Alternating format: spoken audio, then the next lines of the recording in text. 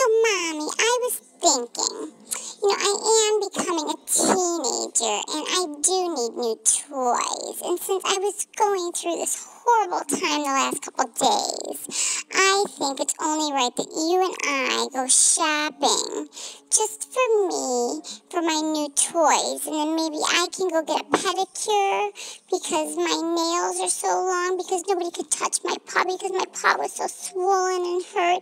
You know how you had to hold me all day yesterday because I was in so much pain. I mean, I have gone through so much the last couple of days because I was in so much pain. I mean, you do remember that, right, Mommy? So, you can think about it tonight when you go to sleep, and you can hold me too. I'll let you hold me too.